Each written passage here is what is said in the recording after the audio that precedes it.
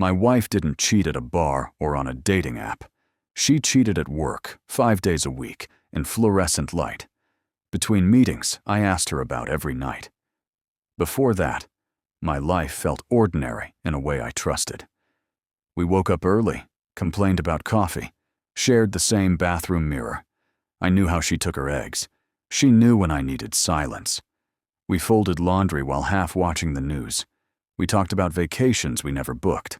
I thought this was what a safe marriage felt like. Not exciting, just solid. I believed loyalty was built into routine. If you show up every day, nothing bad can sneak in. That was my logic. I didn't think love needed guarding. I thought choosing each other once was enough. She started coming home later on Tuesdays, then Thursdays too. There was always a reason. Deadlines, a project that blew up, a coworker who needed help. I nodded and reheated dinner. I was proud of her ambition. I told myself that's what support looked like. I didn't want to be the husband who complained. She mentioned one name more than others. Casually, almost forgetfully. I didn't flag it. People talk about work. I trusted her enough not to keep score. I trusted myself enough not to feel threatened. The first real doubt came from something small. She laughed at a joke I didn't hear, still smiling hours later. I asked what was funny. She said she forgot. I felt embarrassed for asking.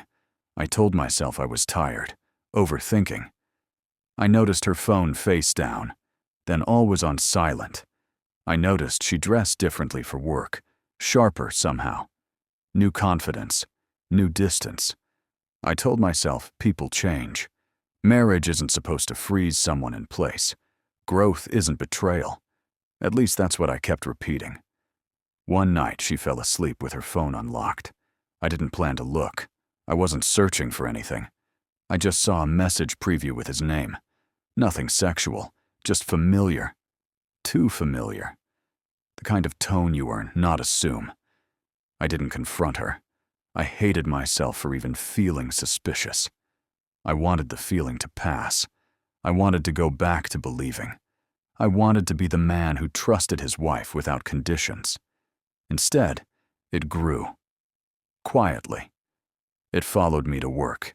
It sat next to me during dinner. It waited until the lights were off and asked questions I didn't want to answer. She defended him once during an argument about her hours. Said I didn't understand how demanding he was. Said he relied on her. I realized she never talked about me like that. I didn't say it out loud, but something shifted. The truth didn't arrive with drama. No screaming. No catching anyone. Just messages I finally read after another night of silence between us. They weren't graphic. They were worse. They were intimate, emotional, confident in secrecy. Plans, jokes, support, comfort. I read them sitting on the edge of the bed. My hands shook, but my face didn't change. I felt detached from my body, like I was watching someone else's life collapse through glass. Time stretched in a way I can't explain. When I confronted her, she cried immediately, like she'd been holding it in. Said it started as friendship. Said it wasn't physical at first. Said she felt invisible at home. Said she didn't know how to stop. Each sentence landed like a correction to my memory. I didn't ask many questions. Every answer rewrote something I thought was real. I felt smaller with each one, like I'd been edited out of my own marriage without noticing. What hurt most wasn't the sex. It was the replacement. She gave someone else the version of her I thought was reserved for us. The attention, the curiosity, the emotional availability. I got leftovers, familiarity without intimacy. I started questioning everything, my masculinity, my value, whether I'd been boring or absent without realizing. I hated that part the most, how quickly I turned the betrayal inward. I replayed conversations, searching for the moment I supposedly failed. I didn't sleep for days. I imagined them together at work, while I sat at my desk pretending to function. I wondered how many times I thanked her for working late when she was really choosing him. I wondered if he knew my name, if he knew he was standing in my place, if he ever felt guilty or just lucky. Work became unbearable. Every email felt pointless. Every conversation felt fake. I carried this knowledge like a secret injury no one could see. People laughed around me, unaware of the weight I carried.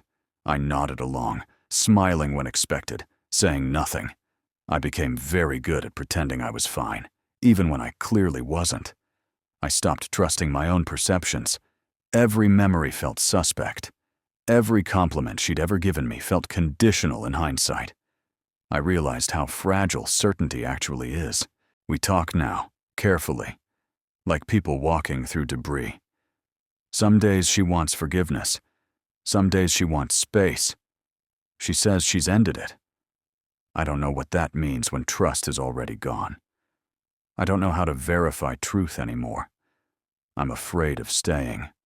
I'm afraid of leaving. I'm afraid of becoming someone bitter. I'm afraid of forgiving too easily and teaching myself that my boundaries don't matter. I'm afraid of waking up 10 years from now and still feeling this small. I think about how easy it was for her to build another life inside the one we shared. Same hours, same building, different reality. I was present and absent at the same time. I didn't consent to this version of my life. Some nights I sit alone and think about how normal everything looked from the outside. How many people might envy a life that was already splitting in half. It taught me how little appearances mean when honesty is missing. I write this because keeping it inside started to feel like another kind of lie, because silence can protect the wrong things, because somewhere out there, someone might recognize these small signs and ask harder questions sooner than I did. Time moves strangely now. Some days rush past. Others refuse to end. I measure progress in small things, like whether I can eat a full meal or sleep through the night without waking up angry. I keep thinking about how easily we assume love is self-sustaining, how rarely we talk about protecting it. We warn people about strangers, but not about proximity, not about familiarity slowly turning intimate, not about the way being needed can feel like being chosen. I'm learning that healing isn't linear. Some mornings, I feel clear and steady. Other days, I feel like I'm starting over. I didn't choose this lesson, but it's mine now. I don't know who I'll be after this. I don't know if trust is something you rebuild or something you replace with caution. I only know that whatever comes next will require honesty I didn't ask for. About my limits, about my needs, about what I'm willing to live with. I wish I could say there was a moment of clarity where everything made sense. There wasn't. Just acceptance arriving slowly, like a bruise you stop noticing because it's always there. There's no clean ending yet, no resolution that feels fair. Just distance where certainty used to live, stretching further every day. Just silence where confidence once sat, echoing longer than I expected. If nothing else, this experience taught me how important it is to listen to discomfort before it becomes devastation. To respect that quiet voice that asks questions, even when the answers scare you. All I know is this: affairs don't always look reckless.